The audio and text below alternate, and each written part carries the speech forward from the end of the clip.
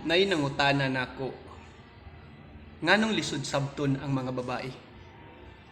Og lisod sabton labi na ang asawa. Ang akong tubag sa ilaha mao ni, asa ba ka makabasa sa Biblia nga nagsulti bana sabta ang imong asawa?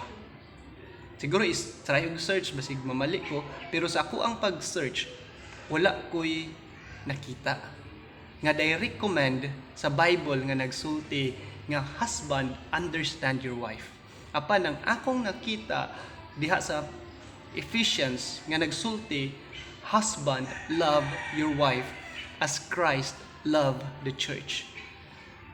So karon ang paghigugma sa husband ngadto sa iyang asawa gikumpara sa gugma ni Christ ngadto sa church.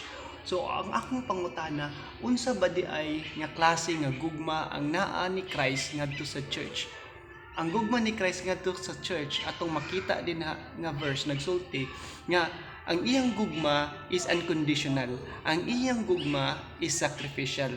Nagpasabot nga kung gigugmaon nato ang atong asawa, kinahanglan unconditional, kinahanglan sacrificial. So sakripisyo ang paghigugma uban sa paghigugma nga unconditional. So kung ang imong asawa lisod sabton, higugma siya.